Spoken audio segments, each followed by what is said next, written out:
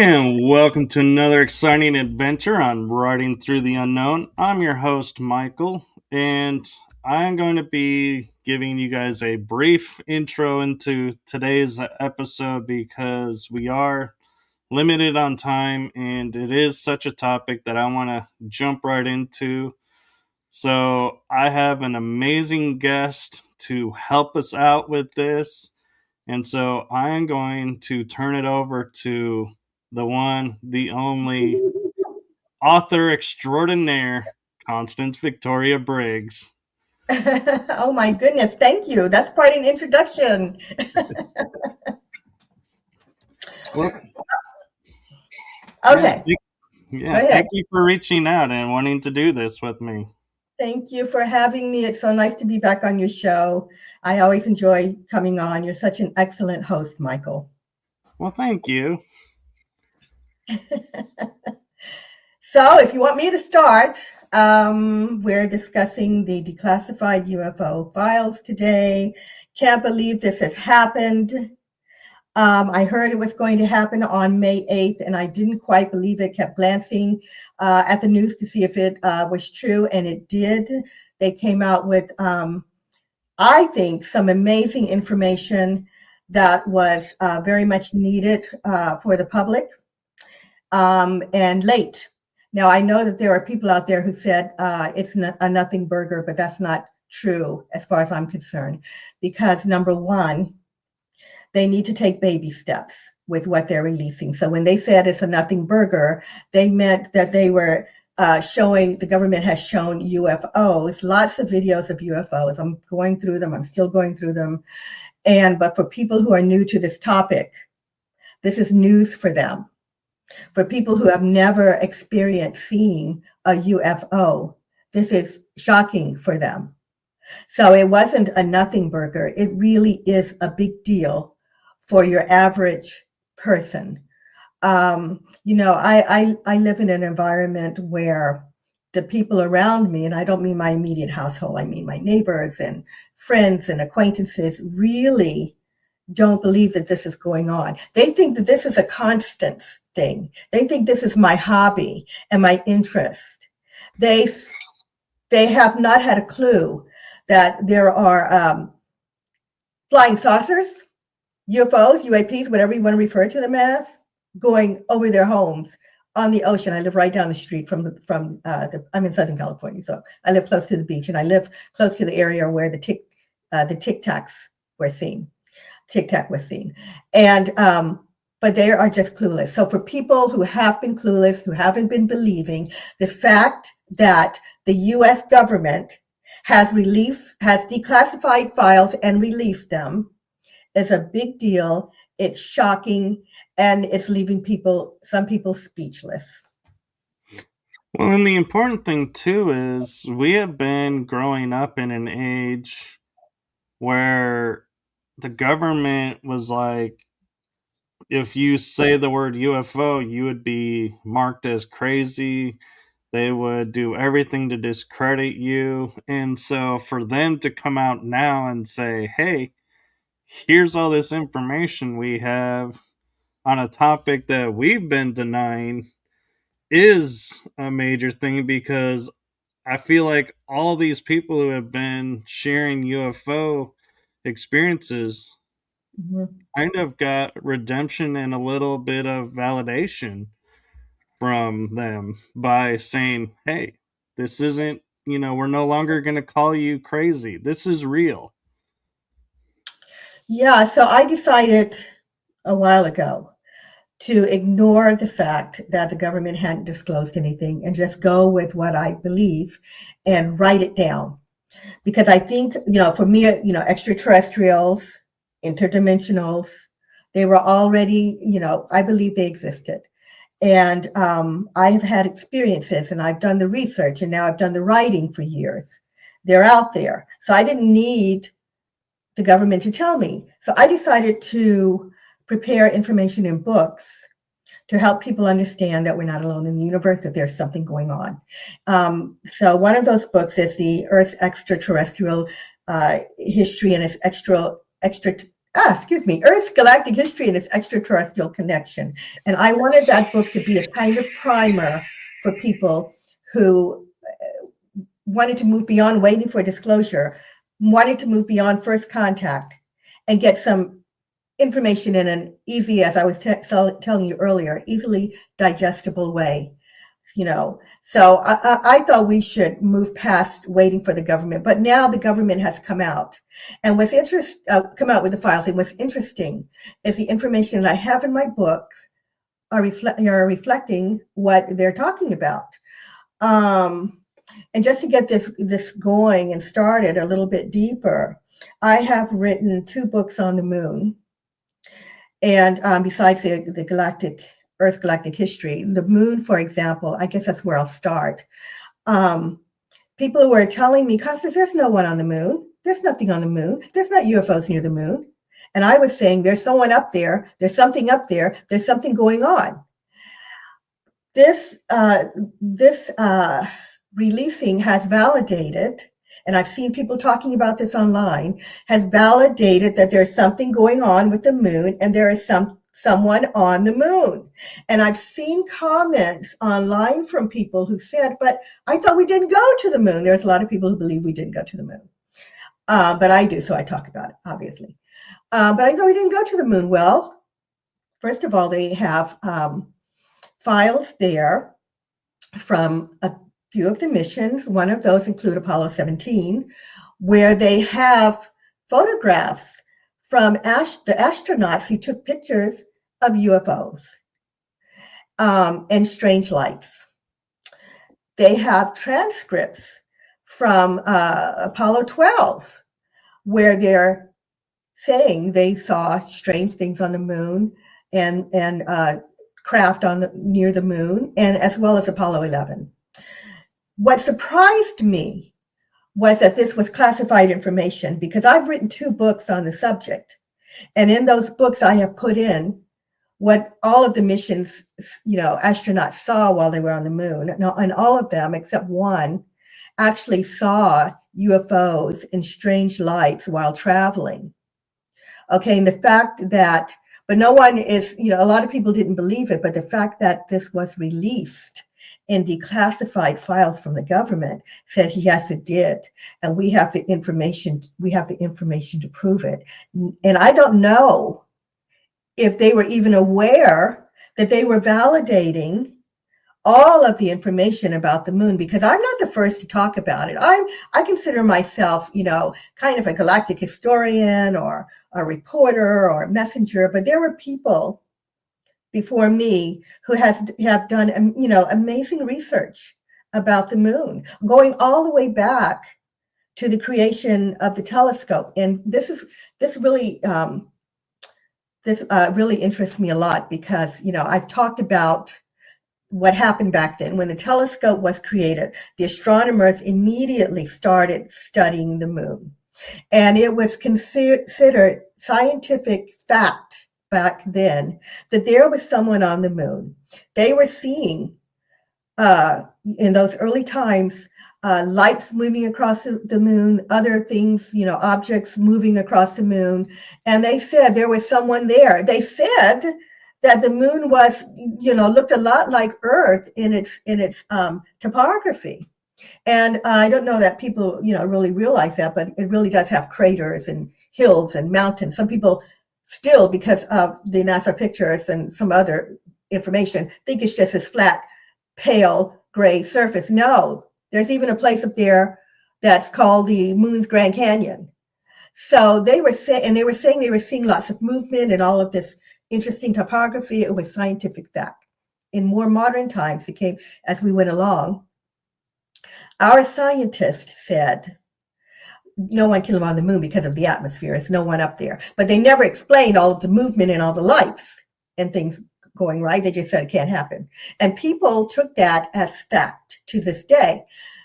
And they went ahead and they sent men to the moon in the 60s. Now, before they sent the men to the moon, they made a collection of files of the old, I call them the astronomers of old, and what they saw all the way up to the beginning of the 60s, and they put them in a book. You can buy this book, by the way, guys. It's the NASA Lunar Technical Report, and they've got all of these things that were seen in the moon going all the way back to the creation of the telescope. It was the British Astronomical Society that collected them, and then the U.S. government added to them.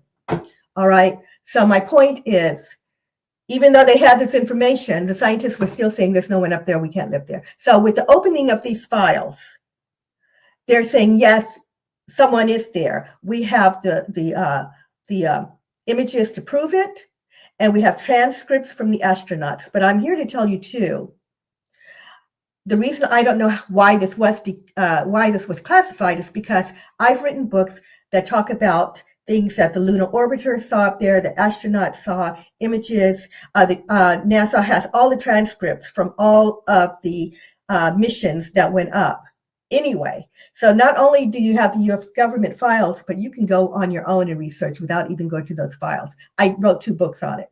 But it validates that we went. People will still disagree with that. And it validates that there's something going on up there and that there's someone up there, because not only did they see lights and craft, but they have found, and this is not in the files yet, they're releasing more, but they are in my books and other information out there, other books. They have found structures on the moon. They have found signs of someone mining the moon. They have shown craters with lights moving around in them above them. They've even shown during a lunar eclipse, during lunar eclipses, that there are lights moving around the moon. So someone's there. But our government, I don't know if they realized it, just confirmed that. And, that's, we talk about, like you're saying in the 60s when Apollo missions were launched, people were lining up, outside of Cape Canaveral to watch this. It was like the event of the century, so to speak, for America, that, we're going into space, and people would be glued to their TVs.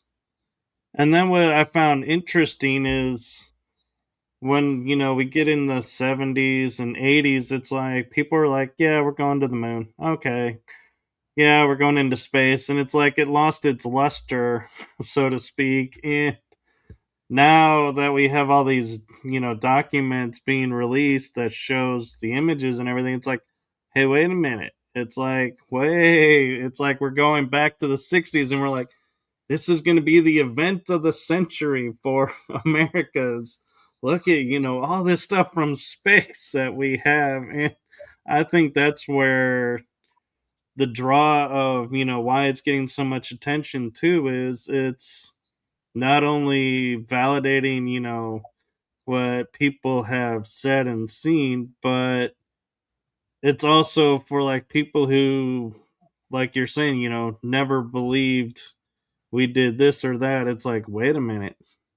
We now have the documents showing this and showing us what really was up there, not the school book photos that were doctored. What? Right.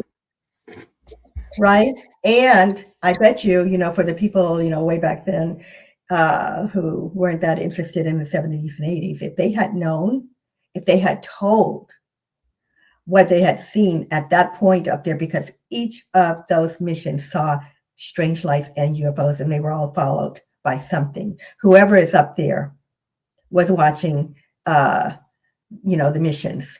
I don't know if they were worried about them going, but even going back to the Mercury and Gemini missions those are the missions before the Apollo ones, they were seeing, UFOs and being followed. One of those missions even had, I think it was the Gemini mission, and they were hearing a strange language over the radio. They saw a UFO and they heard a strange language. If they had been reporting all of this stuff to the public would have been more interested, but they were hiding it. And they were hiding it because NASA asked an agency, and I forget the name of what the agency was originally, but now we know that it's the Brookings report. That's what this report is. NASA had said, what do we do if the astronauts encounter life in outer space? And the report basically said not to tell. I believe they're still following that. It said don't tell, and they shut it down. They were more open before that report, I feel like, about some things, but and they're following it to this day, if you ask me. And yeah, of course, there may be more reasons now that I don't know, but I think that's where the cover up started. It would they thought it would upset the public. It might upset the economy. It would upset religion. So they covered it up, and they started covering up pictures of things that have been seen on the moon. But yeah, and the people today, I mean, most of those people in the 60s, they're leaving, they're gone, they're passing away. And the young people today, and even, the ones in between, I don't mean, like my kids' generations in their 20s, but even, the people in their 40s don't know to go to NASA and look up these files and that they can see things. They weren't alive back then, and so they are missing a lot of information. So now, though, for people like me that are talking about it, and those that are, in those younger ages that are hearing about it, they know now that it happened. And now we just need to ask, what does this all mean for us? What does that mean for humanity? What does this mean for Earth, that there is someone on the moon? Is it the people on the moon? Are they the ones flying the UFOs around Earth? What's going on? And I think that as a worldwide society, we should all be thinking about this and trying to understand it and not live in the dark and be asking questions. I've seen people online saying, "Oh, why is it only the United States that have UFO experiences, and that have files, blah, blah, blah." It's not true. It's the whole world. And there are countries that are now opening up and declassifying their files, as well as the US. Brazil recently did. Russia did years ago. And Japan recently said they were going to release their files. And I don't know if there's any others, but at least they're releasing files. And the reports of UFOs is a worldwide phenomenon. It's not just the US. They're everywhere. And an important thing to note is, a lot of times, you'll hear like the UFO community and other, communities talking about the Star Trek future. And Constance and I, we're into Star Trek. And there's one thing that I remember hearing through the Star Trek series was when the Federation was founded, the United Federation of Planets, it was because Earth unified and looked to the sky and realized we were not alone and started to go outward and realized that was our next point. And I can't help but think right now, where we're living at right now, with the governments starting to come forward and sharing these documents, if that's the catalyst that's going to launch, the planet to stop, fighting over boundaries and going, hey, wait a minute. We have things out there now to look at and focus on and become the unification and, create in reality the Star Trek future that everybody talks about. Could this be one of those key moments projecting that forward? Yeah, so that that we have worlds in our galaxy that are billions of years old, some that are thousands of years old, hundreds, and the new ones out there. And I think that each of them had to reach a point, this is just my opinion, had to reach a point where they would get to the perimeter of making a decision to, move over that, that cross over that line and move into a galactic future or stay the way that they are. And I think that this is where we are today. I think that there are beings out there that know about us, that have been interacting with us, that have been trying to educate us, as they have done many times before in many worlds, just like in Star Trek, when they got what, warp speed, then they Right. came in and they introduced themselves and said, you're part of a galactic, community. I think that's what's going on here.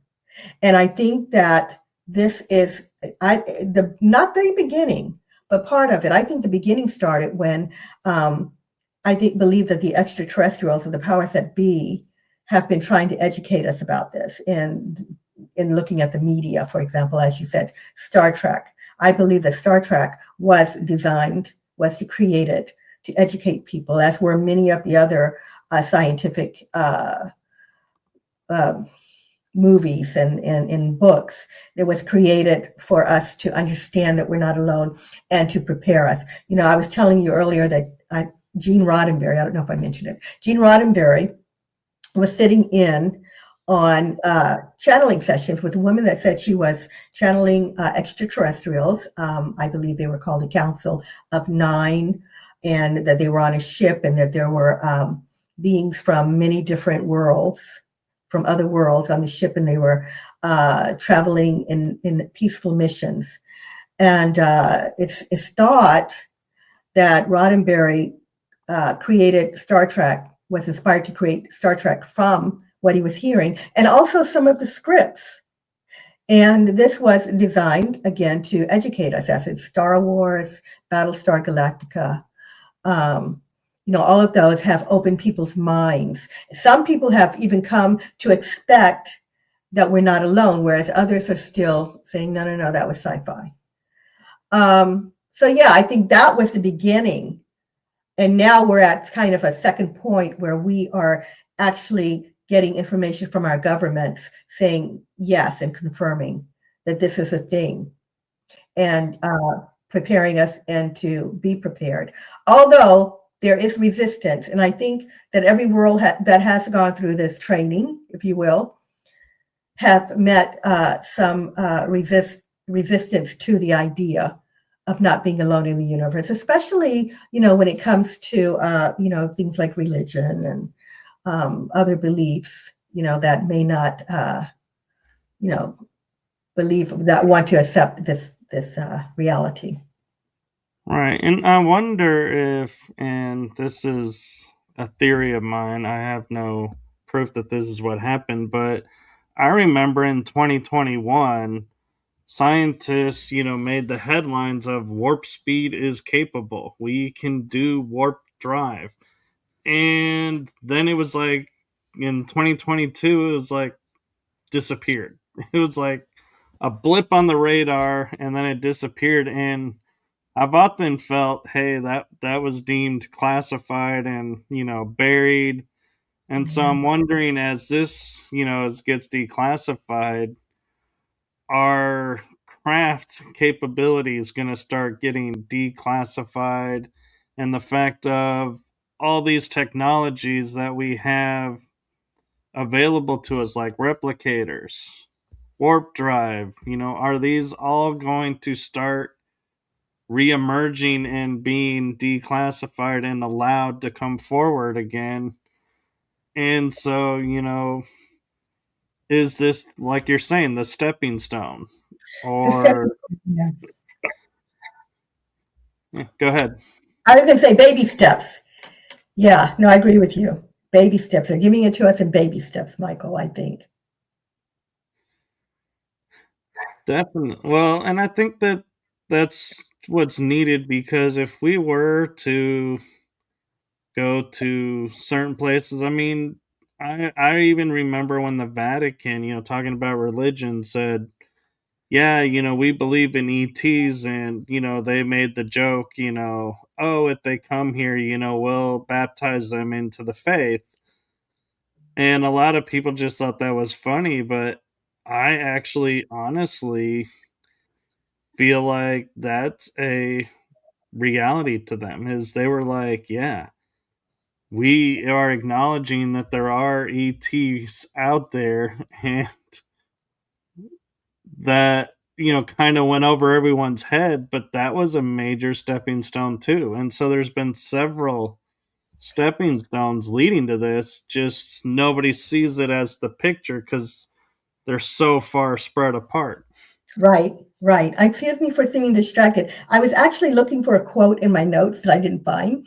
And, I'm looking up here too. I've got notes all around me, guys, so I'm looking up sometimes. But I couldn't find this quote from the gentleman, and I'm forgetting his name, but it's a very famous one at Skunkworks, who said that they've been working on tech that people have been missing, not knowing about for years, that can do everything we've seen on Star Trek. So that's what I was looking for. But yeah, that's a very famous quote. Apparently, this has been going on for years. We've been missing information. I was trying to get back to that, so I apologize. I was moving around. But yeah, apparently we have the technology to do a lot of things that we have not been privy to knowing. And I think with the opening of these files, we will get this information, and they said they're going to be releasing it periodically, right? So I Right. think that's what you're talking about, I think is coming. Right. And is the quote you're talking about, is that Ben Rich, the Yes, CEO? yes, I was so trying to find it. I thought I had it for your show right there, so I apologize. Yeah, I Oh, love that quote. I think I found it. It says, if you've seen it in Star Trek or Star Wars, we've already done it or decided it wasn't worth the effort. Yeah. And that's something we didn't know. Who out there has heard that quote? Well, your followers may have, because they're probably into the UFO stuff, but there are people who don't know that at all. They've been keeping it from us, but now we're going to get more information. Just give it time. That's what opening these files are all about. I don't know if everybody involved in opening these files know what the right hand doesn't know what the left hand is doing, maybe. um, Oh, I don't know. I put the quote on the bottom so people could Oh, see it. okay. Yeah. Um, so I wanted to talk a little bit, because I know we have time constraints here, about USOs, underwater submerged objects. Um, this has been something that has come out in just recently. I think they have become a big deal. And again, there are people who are not aware of this information or who don't believe it. But I have to tell you, I've been talking about them a little bit for a while. I have them in my Earth's Galactic History book. People have been seeing these USOs for years and years. All right, we always hear about what's going on in the sky, but I mean, I've been working on a book where, I'm talking about people standing on the beach watching these craft go in and out of water. They are not shy about showing themselves. If they were, they're not shy anymore. They just come and go as they please. And people have been taking pictures, and they've been writing about them and talking about them. And they are a thing. And guess what? The declassified UFO files have a lot of information on USOs, videos, okay? Audio from people that are experiencing them and seeing them right there in the files. Tons of them flying over the water, flying over the ships. There's one video that I can't tell what they're doing. It looks like there's several. I'm like, what is this? Just moving around this boat. So what am I looking at?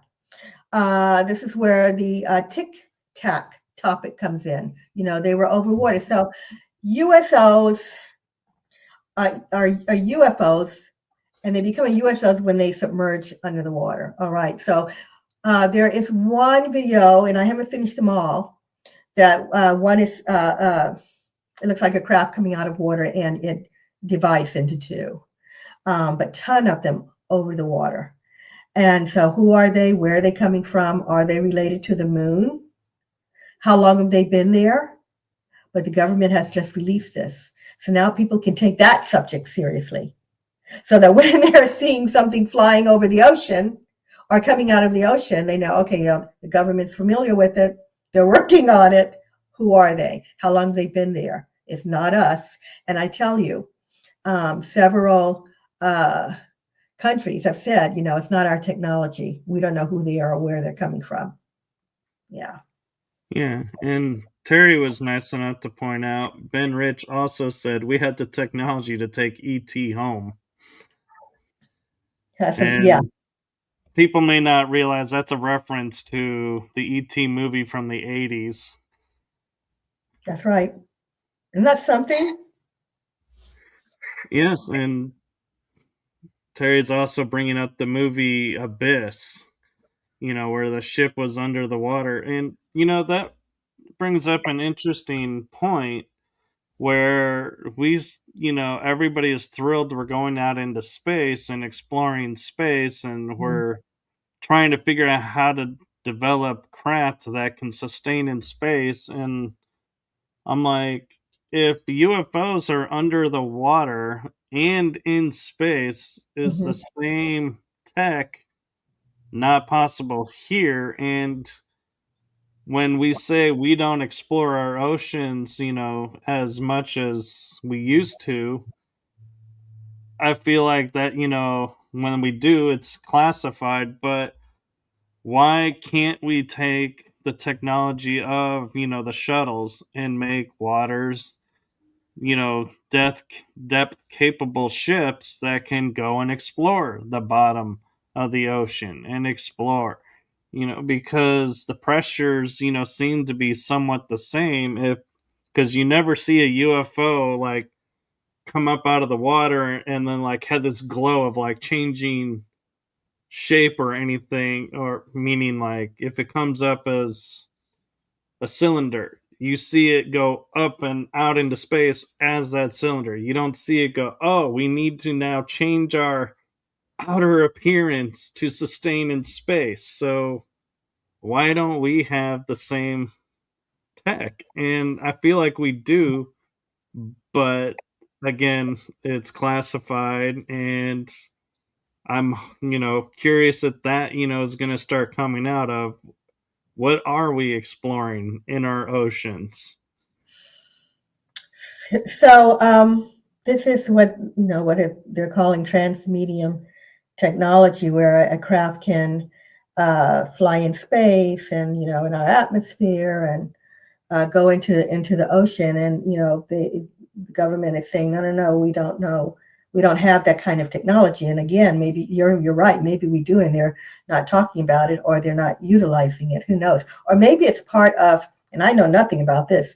The secret space program. I hear that maybe it could be them, but I'm no expert there, so I won't even go into that. But there's definitely something going on. There's definitely someone in the waters. I mean, I have stories um, where there was a UFO or USO sitting on top of the water. I don't know how it was doing it, but someone had seen it and they saw beings on the top running around it doing some kind of work, and then they submerged.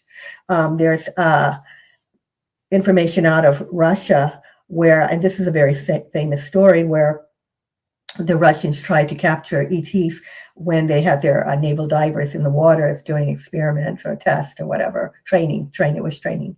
They had run across beings that they tried to capture, and the beings kind of propelled them out of the water, and they died. Two of them died, three were critically injured. But we have that information, so we know that there's beings down there. There's something going on. But what's amazing to me is that the beings that were described in that account out of Russia, and the beings that were described on the account of the people who saw the UFO with the other beings, these were like 3-foot beings. The other ones in the water at Russia were something like 7 to 9 feet tall. They weren't even the same. So what's that about? Are there different kinds of beings going in and out of the water? Or is it like on the surface of Earth, where we have different races of people and different species? Well, we know there's different species down there, but I mean, the intelligent beings, are there different? Well, they're all intelligent. Animals are intelligent too, but I'm saying, are they?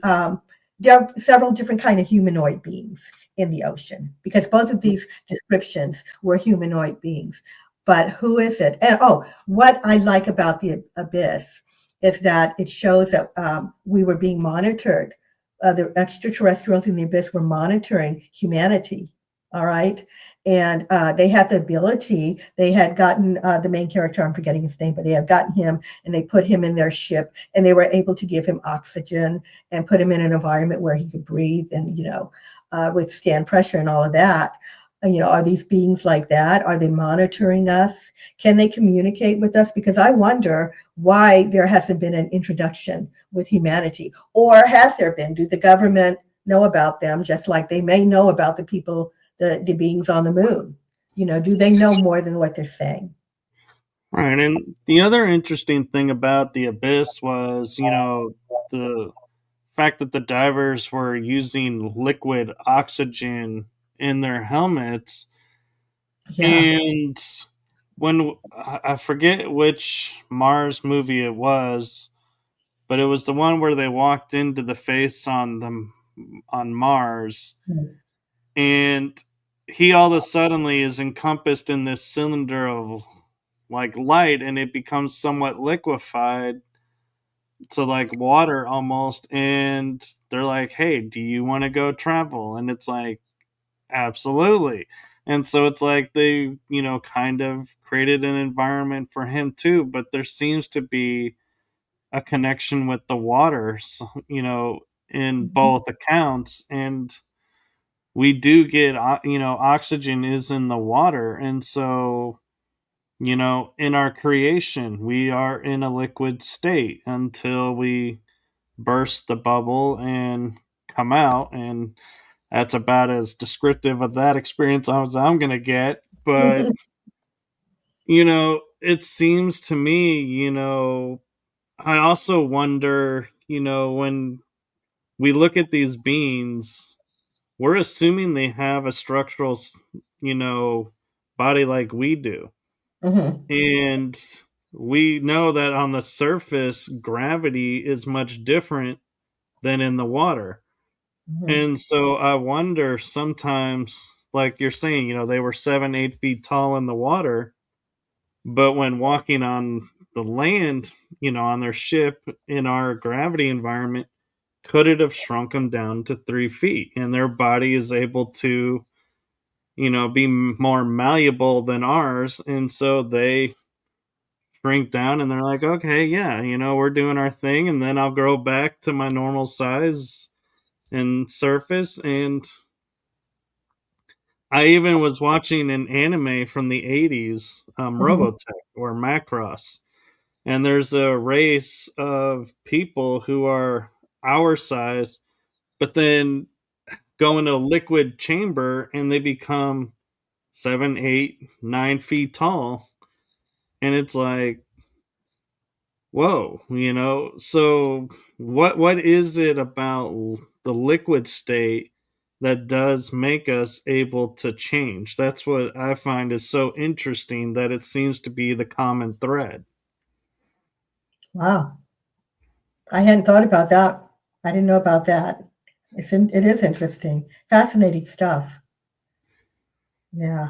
Well, um, okay. I don't know what to say. I don't know how to comment on that, Michael, because I know nothing about that. But I do say that we don't know what extraterrestrials, are like, or how they're made, or what kind of environments they come from.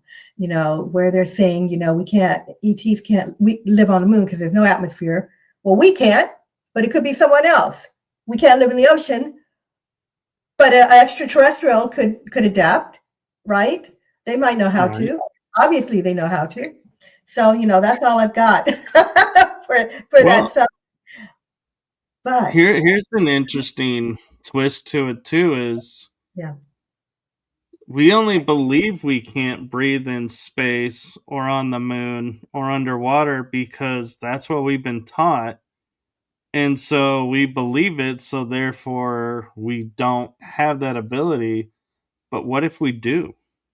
What if we can breathe water? What if we can breathe in space or on the moon? And it just is, we have to retrain our mind to go back to its primordial, before society told us what we couldn't do.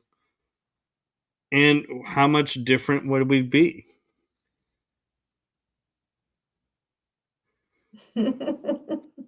I Yeah, like that.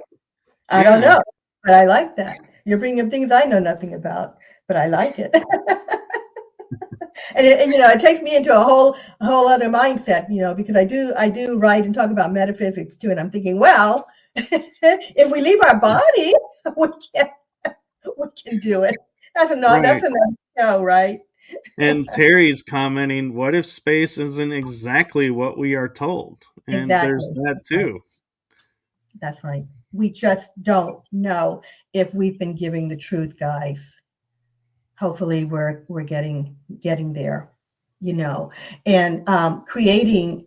Uh, if the government is trying to tell us that we have a relationship with extraterrestrials, which is where I think they might be going, then maybe we will get information out of extraterrestrials that we never had before, that we never knew existed. There could be things going on that we couldn't even begin to imagine.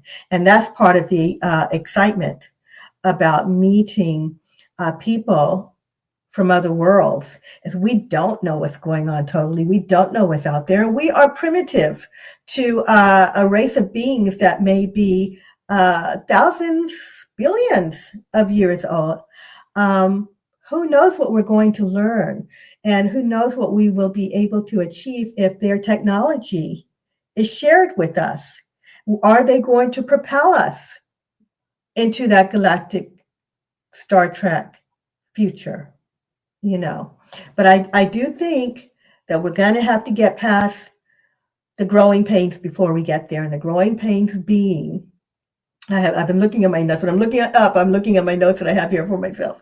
I have, are we being prepared for what's coming? We're going to have to get past for the people that are not prepared. Is the government preparing us? Are extraterrestrials preparing us? Are we being prepared through the media? And if so, are we ready for this information? How is the information going to affect people? How are people reacting? And what to expect in the future? So I think that we have reached a point where we have to look at what I'm calling the growing pains before we get there, because we are going to meet some resistance. It is not going to be a blink of the eye thing without a whole lot of pushback, I think. But I think we have to go through it. I agree. And I find it interesting, like you call it the growing pains, I call it the tipping point, because the reason I say tipping point is we are a society to where we, fight just because someone crossed a border. Our reaction is we fight to protect what's ours. And we're individual um, units on a planet instead of a global unit. And so, with all this information coming forth, it's like that tipping point of now going from individualistic to global and universal, you could even say, or galactic. And yeah, I agree with Terry. It is a paradigm changing, but I also feel like we are in a place where, the thought of a country going to war with another country, it's not as, the people aren't going, yes, we need to do that. That's where we were. Now it's why? Why are we going to war? Why are we? And we're questioning it. It's like we're wanting to do a different path. And so it's like maybe that's why now was the time for this to be declassified, because I can imagine, we've all seen like the sci fi shows where we're, the warlike people and we're going into space and we're fighting everybody we come across. Mhm. And it's like the universe doesn't need that. The galactics don't need that. That's not where they are. And so it's like we were suppressed until we grew out of that. So it's like the growing pain you're talking about is we're no longer in that state. So now they're like, hey, now you guys can come and, explore with us. I don't know. I mean, That's where I want. That's how I want to look at this. I want to look at this very positively, and I believe that we are dealing with the positive beings who are trying to help Earth. However, in my opinion, we're still warring. All right, we're asking questions, but the whole world to me feels like it's on fire, right? And I do know that there is an Andromedan ambassador who has been talking outwardly for years about what the Andromedans have told him. And one of the things is that there is a timeline for disclosure here. And but they've been waiting for us, and the Galactic Federation has said something like this too. They're waiting for, like you said, Michael, waiting for us to grow up and to mature and to become, more spiritual and better with our thinking and not being a warring race. They're saying we're primitive and we're a warring race.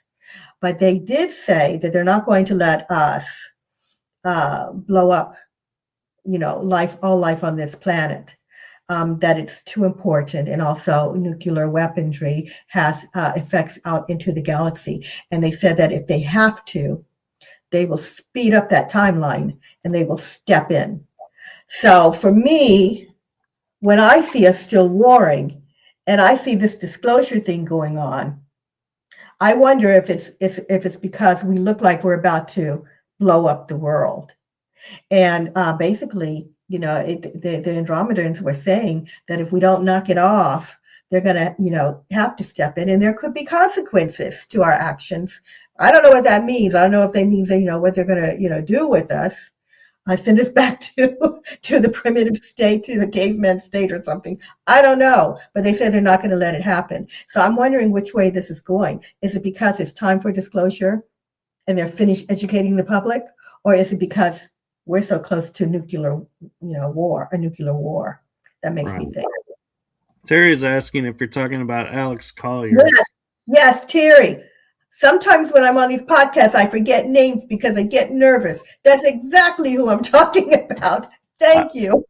I had the same feeling too, and then Sile Cola is asking maybe why time feels like it's moving fast is because they're speeding up our time so that we start, because that's something too that I think is really important for people to realize is here on Earth we have a time system that's confusing as all get out because not everybody follows it.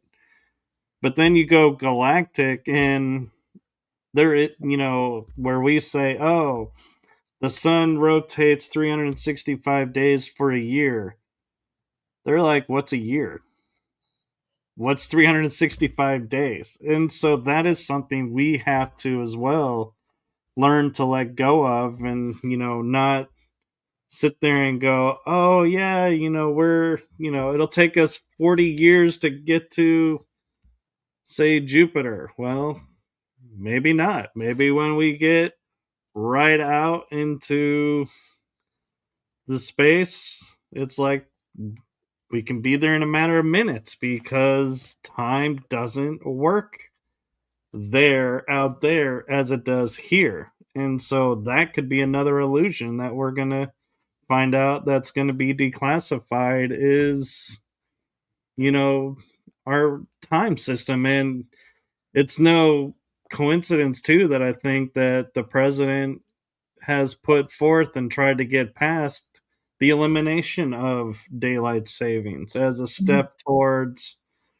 that declassification of time is not a true measure anymore. I like that theory, Michael. I know time feels like it's speeding up in my household. My husband just said the other day, he said, "Oh, it's Friday again." It's like we blinked our eyes, something, is going on. Yeah, they don't have time the same as we do on the other side. And, we do believe that this is all connected, right? Right. Yeah, the chat room's having a lot of fun with the concept of time and deja vus. That's an interesting thing too. Are deja vus, do you think, gonna get classified what they really are. If their timeline jumps or slips or merges, because I'm sure science has documented every Mandela effect and deja vu out there. And so, are we going, you know, as you're saying in the baby steps, be like, hey, there's ETs. Hey, time is not what we think it is. Hey, here's, what the Mandela effects really are. Are they going to be those baby steps? Right. Or will science sit there and say, yeah, we still can't explain those, so we're going to keep it hush hush? Oh, you got a new fan. Terry says she's excited to Oh, read your books. thank you, Terry. And James, Wizard Wickus is James, and he's saying resets. We keep hearing about resets. Hmm. And could that be, some of these steps of declassifying these documents? That's one of the major resets that they had to do first, because they have been telling us for so long this is not real. Now it's a reset of, hey, this is real. Right, right, right. Oh my God, it's just all so heavy, you know. I mean, I don't know how the average person is going to take all of this. Really, I don't.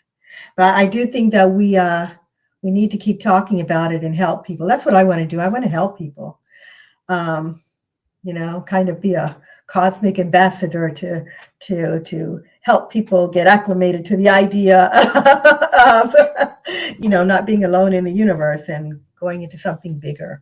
Do we have time to talk about extraterrestrials? We do. We have, according to my clock, we got 7 minutes because, well, 5 minutes. We did start a couple minutes late, but I'll leave that up to you because I know you have stuff to do. So, I'll run through it. So I haven't finished the files. I do know that there's some information in there about beings that are 3 feet tall. I've heard. I haven't reached that file yet.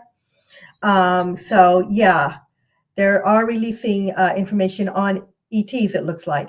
And in the news recently, apparently there was a whistleblower that talked about 4 different types of beings, and I just wanted to hit that really quick. They were talking about the Nordics, reptilians, mantis beings, and grays. I just want to say there are many more. I do believe they're here. I do believe some of them have ships in the vicinity. Lots of people are seeing all kinds of different ships. I don't believe that the same race of beings are producing cylinder ships, spaceships, spherical ships, ships that look like, the figure 8.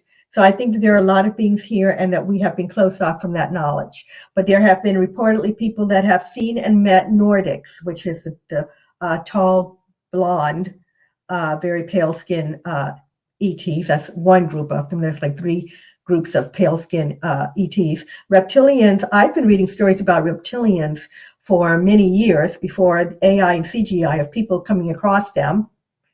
And I never wanted to look at it and face it, but apparently they are real and a thing. They're out there, but not all are bad, I'm hearing, and some are very aggressive. There are mantis beings that are in the news, and I've read stories of people, like I said, years and years and years ago, of people who have run into these beings just outside. One little boy was on a farm and he ran into one of these creatures or these beings.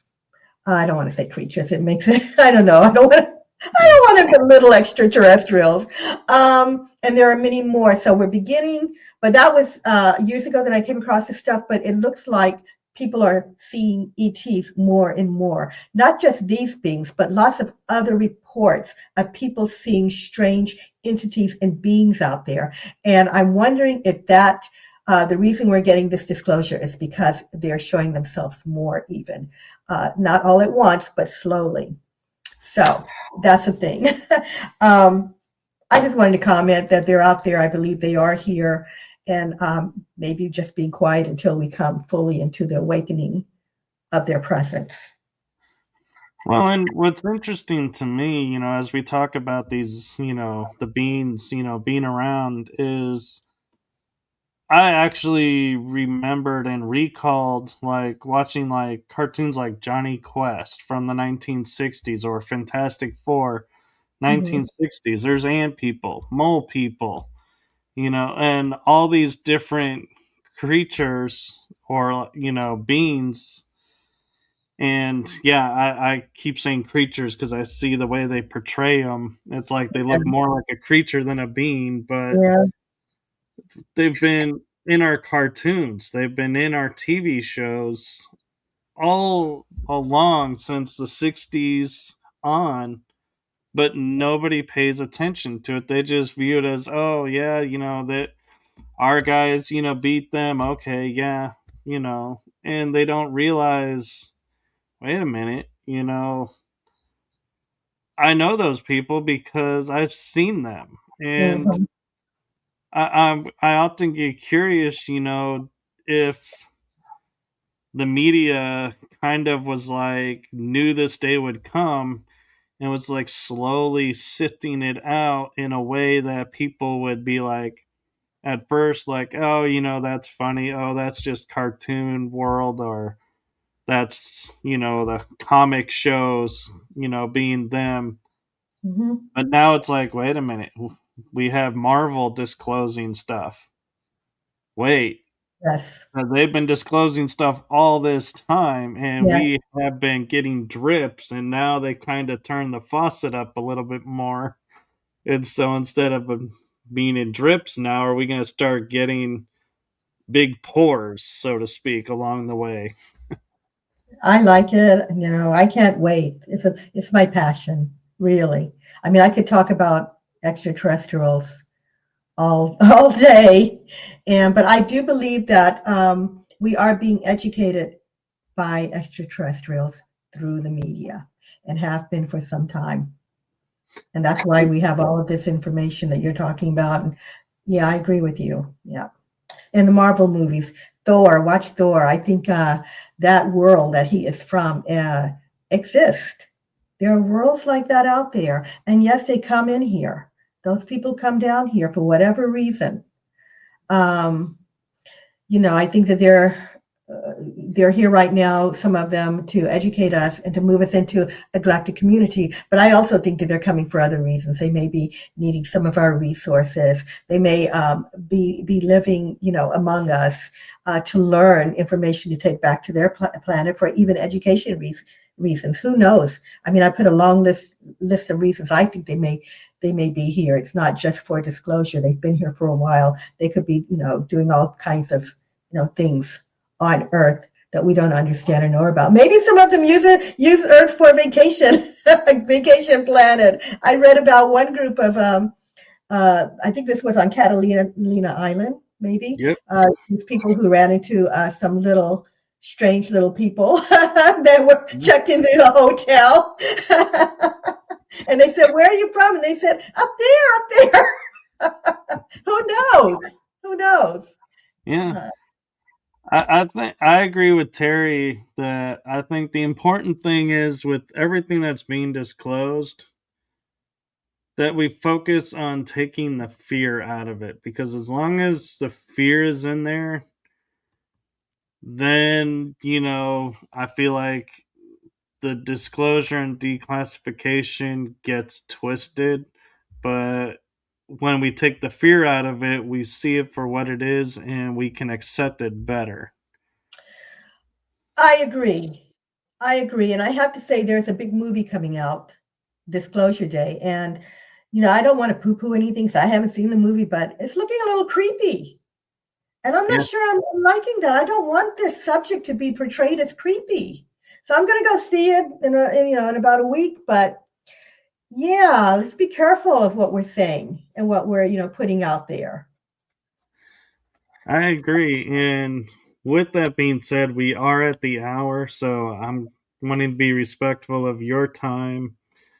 And so, thank you for coming on and sharing this with us. And we'll have to do it again because, I mean, like you said, this is going to be a long process. This is not a now that we've said it, we're going to wake up tomorrow and it's all done and we're all in the next stage of the declassification. It's like, nope, this is we're in for a journey. Yeah, we're in for a journey. If you ever want me to come back and talk some more, I can talk all day. I have no problem with talking. There's going to be releasing of new files. So I don't know, maybe I'll come back if I find anything, that, well, sure I will. Talk about what else is in there. Sure. Yes. So before I go, I have one quick message for you, Constance. This is a new since you've been on the show before, and that is from my heart and the heart of my shows to you. Thank you for what you're doing for humanity. It's appreciated, it's felt, seen, and heard. And most importantly, thank you for being you. Aw, thank you, Michael. That's lovely, and thanks for having me on. I've enjoyed it.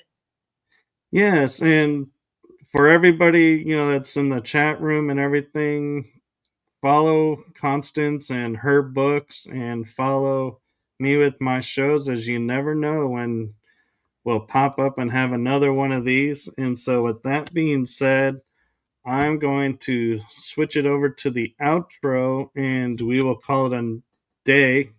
I had to think for a second because I'm used to shows at night. And so, have a wonderful day, everyone. And we will see you all in the next episode. Have fun.